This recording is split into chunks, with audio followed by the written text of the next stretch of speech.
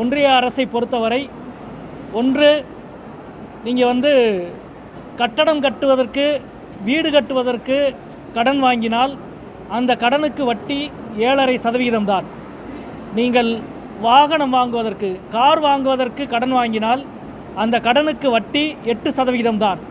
ஆனால் கல்விக்கு கடன் வாங்கினால் அந்த கடனுக்கு வட்டி ஏறக்குறைய 10.25%. இதைவிட மாணவர்களுக்கு செய்கிற அநீதி எதுவுமே இல்லை. அதாங்க அது ஒரு மிகப்பெரிய அநீதி. சிபில் ஸ்கோர் எஜுகேஷன் லோனுக்கு கேட்கக்கூடாது என்பதைத்தான் நாம் தொடர்ந்து வலியுறுத்துகிறோம். ஆனால் ஒன்றிய அரசு அதுக்கு செவிசாய்க்க மறுக்குது. சிபில் ஸ்கோர்ன்றது மாதிரி ஒரு அநீதி எதுவும் கிடையாது. ஒரு மாணவனினுடைய மாணவியோடைய கல்விக்கு கடன் பெறுவதில் குறுக்கீடு செய்வது என்பது எந்த வகையிலும் நியாயம் இல்லை. எனவே இது இங்கே இருக்கிற வங்கி அதிகாரிகள் சம்மந்தப்பட்டதில்லை, அந்த விதி சம்மந்தப்பட்டது. மாநில அரசுக்கு ஒரு பெரிய பொறுப்பு இருக்குது. மாநில அரசினுடைய எந்த வங்கி கணக்கும் தனியார் வங்கிகளில் இருப்பதை நியாயப்படுத்தவே முடியாது. மாநில அரசு அது மாநில அரசானாலும் மாவட்ட நிர்வாகத்தினுடைய அரசு வங்கி கணக்குகள் தனியார் வங்கியில் இருப்பதை அரசு கைவிட வேண்டும். தனியார் வங்கிகள் கல்வி கடன் கொடுக்காத தனியார் வங்கிகளிடம் அரசினுடைய எந்த டெபாசிட்டும் இருக்கக்கூடாது. மதுரையிலே நாம் அதை ஒரு முறிப்புக்கு போனான்னு கொண்டு வந்தோம். அதனுடைய விளைவே நமக்கு பலன் கொடுத்தது. மாநில அளவிலும் அதை செய்ய வேண்டும் என்று மாண்புமிகு தமிழக முதல்வர் அவர்களை கேட்டுக்கொள்கிறேன். மதுரை மாவட்டத்தினுடைய கல்விக்கடன் முகாம் என்பது தொடங்கி நடந்து கொண்டிருக்கின்றது. கல்விக்கடனுக்கு முகாம் நடத்தி மிகப்பெரிய அளவுக்கு மாணவர்களுக்கு கல்விக்கடன் பெற்றுக் கொடுப்பதில் கடந்த 7 ஆண்டுகளாக தொடர்ந்து முன்னிலையில் இருக்கிற மாவட்டமாக மதுரை மாவட்டம் இருக்கிறது. இதை நாம் துவக்குகிற பொழுது 100 கோடி என்ற இலக்காக வைத்து நாம் துவக்கினோம். ஒவ்வொரு ஆண்டும் 100 கோடிக்கு மேல் கல்விக்கடனை பெற்றுத்தந்தோம். இப்பொழுது 200 கோடி என்ற இலக்கை வைத்து மதுரை மாவட்ட நிர்வாகம், அதே போல் கல்வித்துறை, வங்கிகள் துறை அனைத்தும் இணைந்து நடத்தி கொண்டிருக்கின்றோம். நாடாளுமன்றத்தினுடைய கல்வியியல் நிலைக்குழு உறுப்பினர் என்ற முறையில் கல்விக்கு கடன் கொடுக்கிற வங்கிகளினுடைய நடவடிக்கைகளை தொடர்ந்து ஆய்ந்து அதில் ஒரு நல்ல முன்னேற்றத்தை உருவாக்கி இருக்கின்றோம். இது மதுரை மாவட்ட மாணவர்களுக்கு ஒரு மிகச்சிறப்பான விஷயம். கல்விக்கு கடன் தருகிற இந்த விஷயத்தில் இந்த ஆண்டு 200 கோடி என்பதை மதுரை மாவட்ட மாணவர்கள் முழுமையாக பயன்படுத்தி கொள்ள வேண்டும் என்று கேட்டுக்கொள்கிறேன். அதே போல் 2 விஷயங்களை இந்த நேரத்தில் நான் குறிப்பிட வேண்டும் என்று நினைக்கிறேன். ஒன்றிய அரசை பொறுத்தவரை ஒன்று நீங்கள் கட்டடம் கட்டுவதற்கு வீடு கட்டுவதற்கு கடன் வாங்கினால் அந்த கடனுக்கு வட்டி 7.5% தான். நீங்கள் வாகனம் வாங்குவதற்கு கார் வாங்குவதற்கு கடன் வாங்கினால் அந்த கடனுக்கு வட்டி 8% தான்.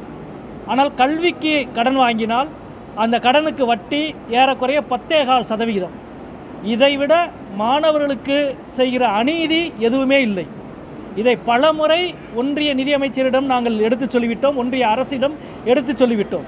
ஹோம் லோனுக்கு 7.5%, கார் லோனுக்கு 8%, எஜுகேஷன் லோனுக்கு 10.25%.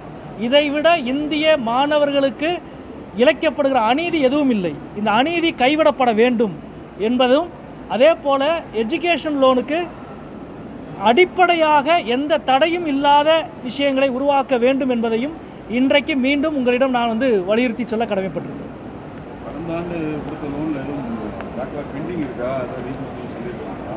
இல்லை, ஒவ்வொரு முறையும் மதுரை மாவட்டத்தை பொறுத்த வரைக்கும் நாங்கள் ஆய்வு பண்ணுறதே அப்ளிகேஷன் பெண்டிங்கை தான். நீங்கள் எவ்வளோ பேருக்கு கொடுத்தீங்க அப்படின்றத நாங்கள் பார்க்குறதே இல்லை. அது உங்கள் வேலை.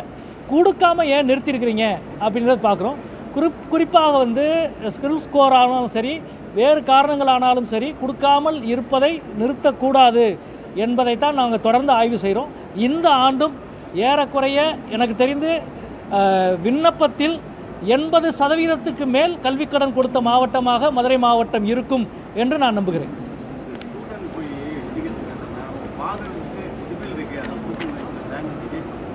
இல்லைங்க, அதாங்க அது ஒரு மிகப்பெரிய அநீதி. சிபில் ஸ்கோர் எஜுகேஷன் லோனுக்கு கேட்கக்கூடாது என்பதைத்தான் நாம் தொடர்ந்து வலியுறுத்துகிறோம். ஆனால் ஒன்றிய அரசு அதுக்கு செவிசாய்க்க மறுக்குது. சிபில் ஸ்கோர்ன்றது மாதிரி ஒரு அநீதி எதுவும் கிடையாது. கல்வி கடனுக்கு எதுக்கு சிபில் ஸ்கோர்? அவங்க அப்பா அம்மா தொழிலுக்கோ மற்ற விஷயத்துக்கோ வாங்கின கடன் சார்ந்த ஒரு பிரச்சனை ஒரு மாணவனினுடைய மாணவியோடைய கல்விக்கு கடன் பெறுவதில் குறுக்கீடு செய்வது என்பது எந்த வகையிலும் நியாயம் இல்லை. எனவே இது வந்து இங்கே இருக்கிற வங்கி அதிகாரிகள் சம்மந்தப்பட்டதில்லை, அந்த விதி சம்மந்தப்பட்டது. எனவே அந்த விதியில் வந்து தளர்வு செய்ய வேண்டும். குறிப்பாக வங்கி கடனை வாங்குவதற்கு எதுவெல்லாம் கூடுதலாக தடையாக இருக்குமோ அதுவெல்லாம் வந்து அது நடைமுறையில் இருக்குது. அந்த மாதிரி தான் வடிவமைச்சிருக்கிறாங்க. எனவே தான் நான் இதை வந்து இதனுடைய வட்டியவே சொல்கிறேன். அதை ஒரு முறிப்பு கொண்டு வர வேண்டும் என்பதுதான் என்னுடைய நோக்கம். கல்விக்கடன் வழங்குவதில் அரசுடைமை வங்கிகளினுடைய செயல்பாடுக்கும் தனியார் வங்கிகளின் செயல்பாடுக்கும் மிகப்பெரிய ஏற்றத்தாழ்வு இருக்கிறது. குறிப்பாக மதுரை மாவட்டத்தில் வந்து தேசியமயமாக்கப்பட்ட வங்கிகளுக்கு 296 கிளை இருக்குது. தனியார் வங்கிகளுக்கு 250 கிளை இருக்குது. 296 கிளை தேசியமயமாக்கப்பட்ட வங்கிகளுக்கு இருக்குது. தனியார் வங்கிகளுக்கு 200க்கும் மேற்பட்ட கிளைகள் இருக்குது. ஆனால் தனியார் வங்கி கொடுக்குற கல்வி கடன் என்பது 10% கூட கிடையாது. 90% வங்கி கடன் தேசியமயமாக்கப்பட்ட வங்கிகள் தான் கொடுக்குது. இது வந்து அப்பட்டமான அநீதி. இந்த அநீதியை எப்படி முடிவுக்கு கொண்டு வர முடியும் என்ற கேள்வி. ஏன்னா தனியார் வங்கியினுடைய சுதந்திரத்தில் நாம் வந்து தலையிட முடியாது. ஆனால் அதே நேரத்தில் மாநில அரசுக்கு ஒரு பெரிய பொறுப்பு இருக்குது.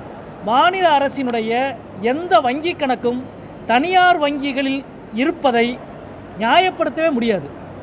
மாநில அரசு அது வந்து மாநில அரசானாலும் மாவட்ட நிர்வாகத்தினுடைய அரசு வங்கி கணக்குகள் தனியார் வங்கியில் இருப்பதை அரசு கைவிட வேண்டும் என்று நான் மாண்புமிகு தமிழக முதல்வர் அவர்களை கேட்டுக்கொள்கிறேன். அதை வந்து அந்த டெபாசிட்டை வித்ட்ரா பண்ணால் மட்டும்தான் ப்ரைவேட் பேங்க்ஸ் வந்து எஜுகேஷன் லோன் தர முன் வருவாங்க.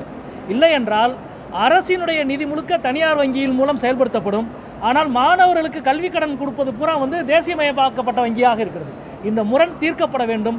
தனியார் வங்கிகள் கல்வி கடன் கொடுக்காத தனியார் வங்கிகளிடம் அரசினுடைய எந்த டெபாசிட்டும் இருக்கக்கூடாது. மதுரையிலே நாம் அதை ஒரு முறிப்புக்கு போனான்னு கொண்டு வந்தோம். அதனுடைய விளைவே நமக்கு பலன் கொடுத்தது. மாநில அளவிலும் அதை செய்ய வேண்டும் என்று மாண்புமிகு தமிழக முதல்வர் அவர்களை கேட்டுக்கொள்கிறேன்.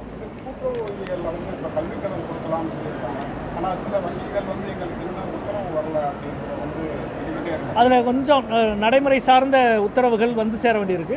அதையும் நம்ம அமுல்படுத்த சொல்லுவோம், விரைவுபடுத்த சொல்லுவோம். முடக்குவாதம், மூலம் உள்ளிட்ட நோய்களுக்கு சிறப்பு சிகிச்சை பெற ஸ்ரீவித்யா சித்தா மற்றும் வர்மா மருத்துவமனை, அரியலூர்.